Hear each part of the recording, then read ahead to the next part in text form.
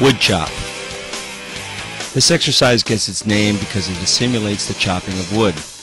I like to use this exercise as one of the series of 5 movements I use in a warm-up. It targets primarily the extensor mechanism or the posterior kinetic chain, which is involved in everyday activities such as sitting or even jumping. Be careful with this motion because it can make people sore. Be careful with the size of the ball that you use. You can see Alicia from the side that all her joints are articulating together. The ankle, knee, hip, and trunk flex on the way down while the shoulder extends. On the way up, the ankle, knee, hip, and trunk extend while the shoulder flexes. Inhale on the way up and exhale on the way down. Side to side. This exercise targets the lateral stabilizers of the body, the spinal erector, quadratus lumborum, and the hip adductors. Don't confuse this with a stretch. It's not a stretch. It's an exercise. Keep the knees bent, and if you can bring the ball in closer, it'll make it a little easier. Remember, the further the ball is away from the shoulder, the harder it will be on the user. Torso twist. This is kind of a washing machine exercise. Try and keep the torso upright. Be careful going to side. Keep the ball in at the beginning because it's less strenuous on the back. As you extend the ball, it becomes a little harder because the lever arm becomes longer, so go slow. Allow the heel to move, especially if you're on a sticky surface like a basketball floor or a volleyball floor. There will be a torsion going through the body, so you don't want to strain the knee.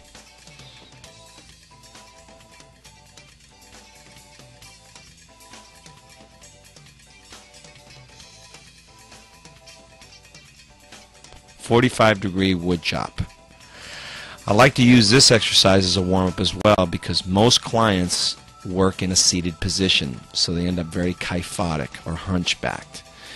This exercise allows you the user to go into thoracic extension. You can see that really well from the side. Also notice the heel.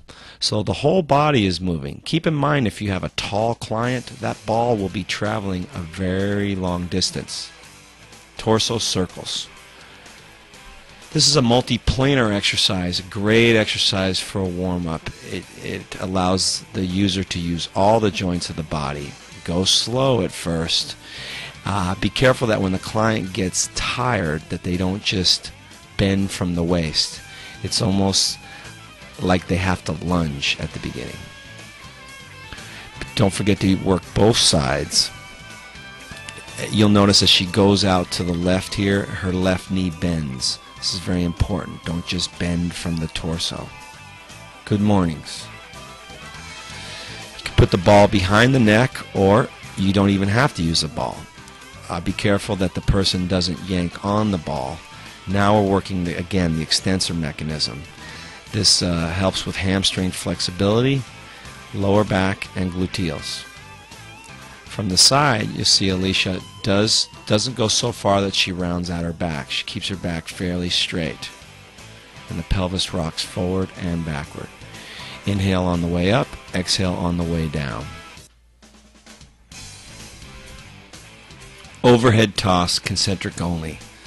Dynamic motions can be fun with your clients, but start with only concentric. Remember, eccentric motion can cause a lot more microtrauma to the muscle tissue.